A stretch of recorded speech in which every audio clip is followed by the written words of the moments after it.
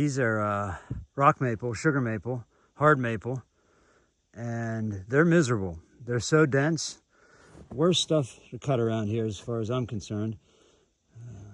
Nice hinge, that's why I stayed on it, because maple will pull a long way like elm.